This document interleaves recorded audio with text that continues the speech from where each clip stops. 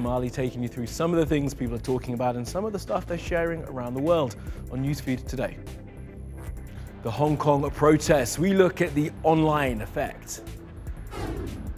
Sudan's diaspora make their protests heard through the internet, which has been cut off in Sudan. We explore what 5G technology may bring and look at how it's causing superpower competition. And video of a fake robot does some huge numbers online.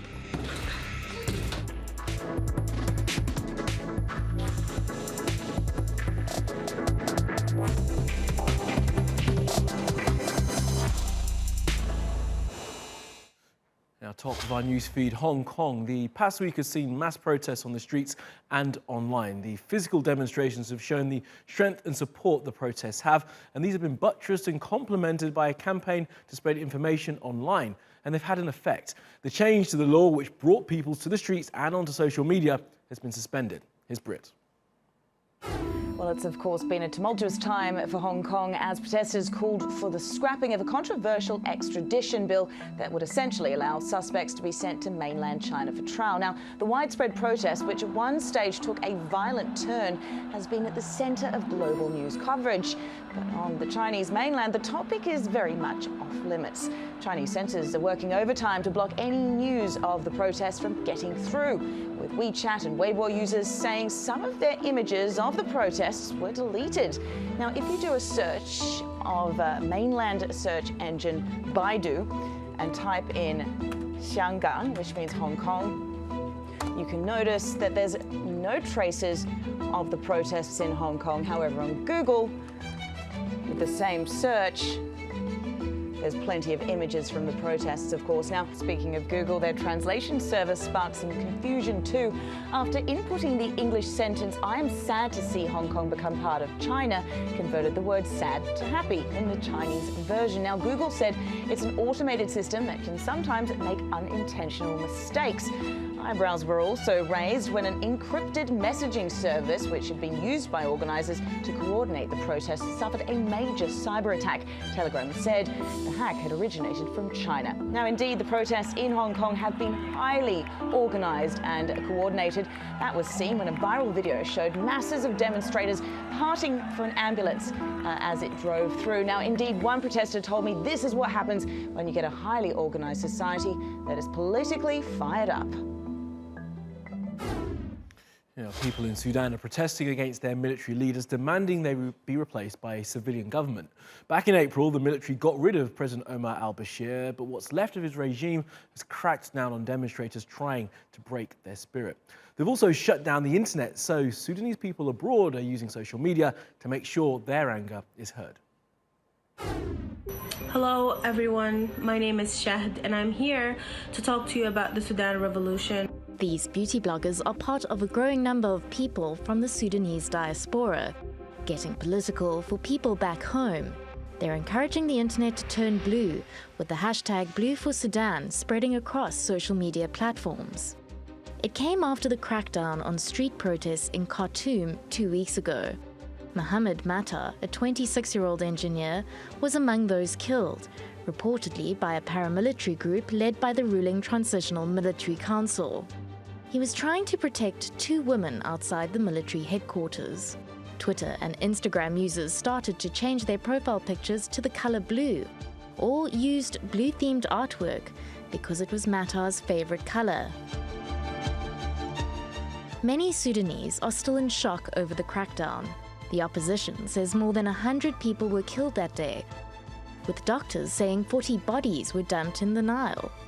And the Sudanese people are still being persecuted, and they're being murdered, and they're being raped, and they're being killed. The state news agency reported that 46 people had died. The sit-in, which began on April 6th, toppled longtime ruler Omar al-Bashir on April 11th. Now the mass movement is pushing for civilian rule.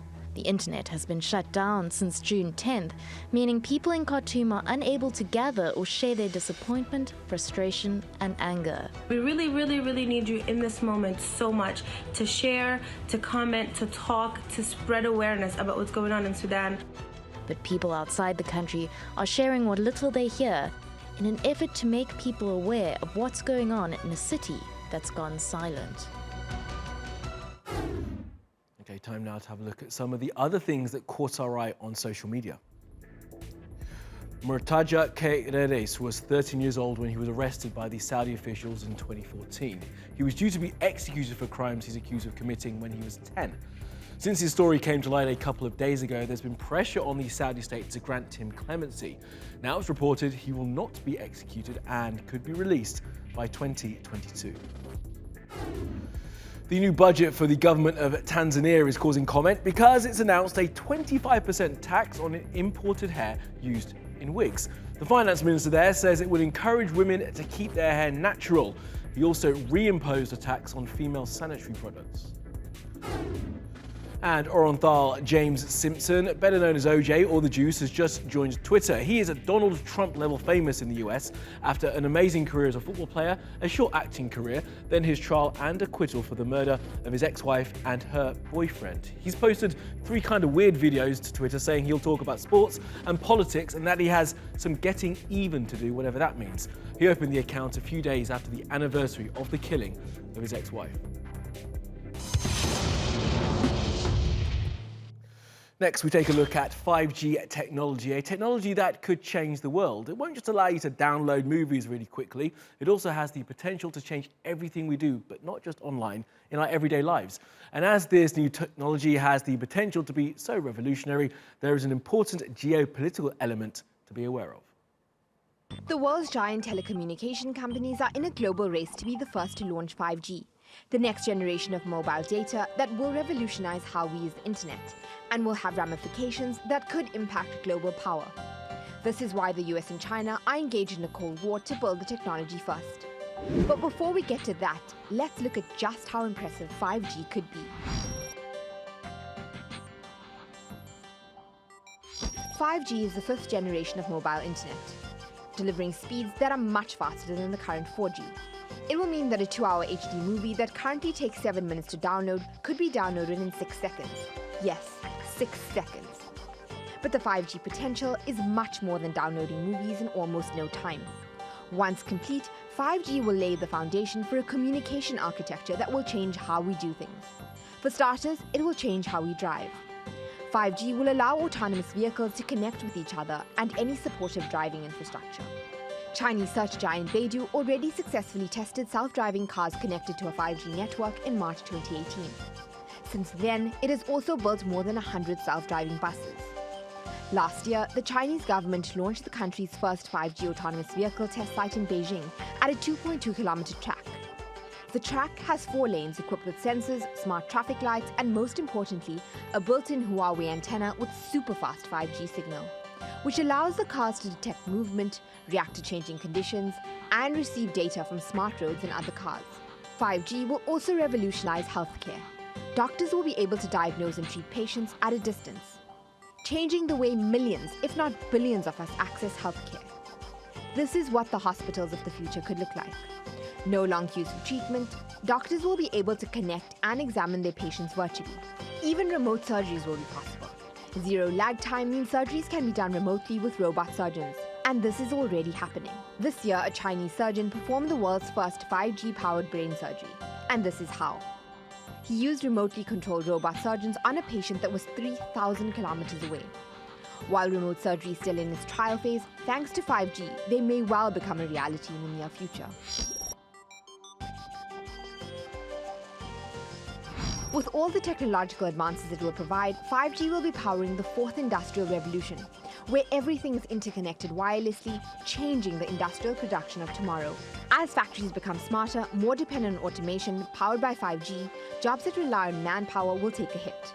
Bots will replace millions of blue-collar jobs, and will likely live in a world with fewer cashiers, security guards, taxi drivers, and manual jobs in manufacturing, but more jobs in innovation and tech. With 5G, artificial intelligence, augmented reality, and virtual reality will come together as an integral part of our daily life. Advanced industries like telecommunications, biotechnology, and artificial intelligence will make multi-billion-dollar profits thanks to 5G.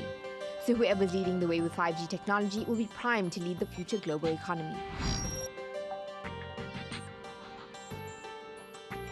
Right now, the top countries racing to obtain 5G technology are China, the US, South Korea, and Japan. And China is best placed as it has done the most to develop an infrastructure for commercializing 5G. Huawei claims that they are months ahead of other 5G manufacturers. They're already helping countries like Russia build their own 5G. And Americans are not happy about it. The US has been at the forefront of almost all telecommunication innovations in the last century. This leadership has provided the US economy with billions of dollars. Currently, the wireless industry supports more than 4.7 billion jobs and contributes roughly $47 billion annually to the US economy. A study by Qualcomm on the benefit of 5G said that it will generate up to $3.5 trillion in revenue in 2035 and create 22 million jobs. So losing the 5G race will mean losing billions of dollars and millions of jobs to China. China has outspent the US by $24 billion since 2015 on 5G infrastructure. It has 350,000 mobile towers which support 5G sites. The US has only 30,000. And although China has received a big blow after top US corporations like Google and Qualcomm blacklisted Huawei over espionage claims, Huawei is still determined to be a leading global 5G provider. So, regardless of whether the real concern over China acquiring 5G is a result of a fear of espionage or dominating the global economy, the country that wins the 5G race will impact global power. Is the US position at the head of the table under threat?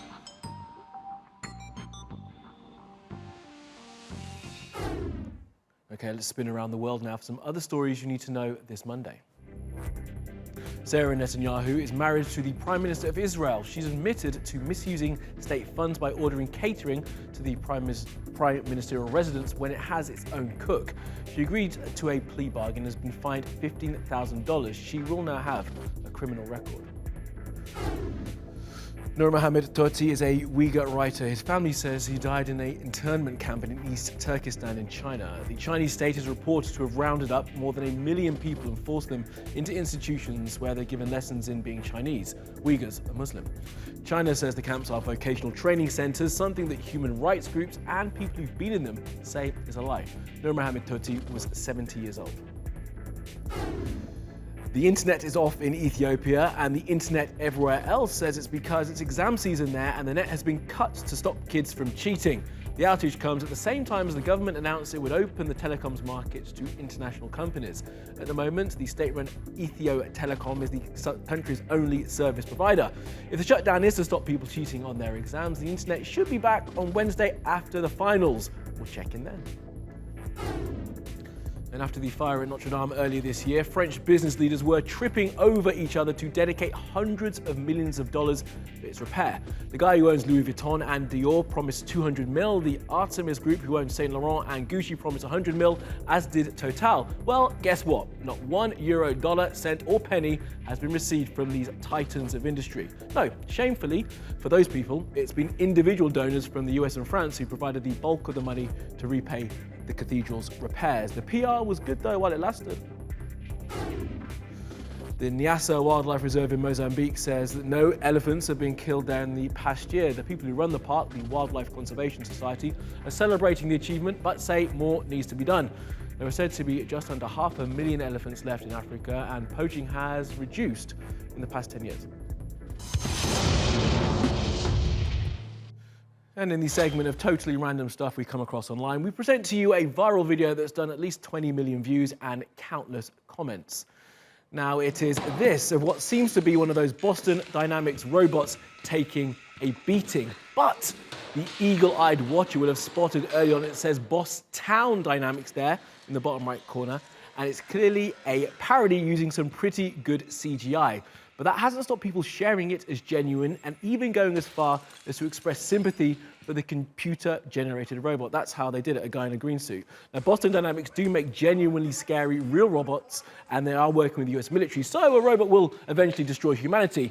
It's not far off. It's just not going to be this one because, of course, for those of you who are not paying attention, this is a CGI robot.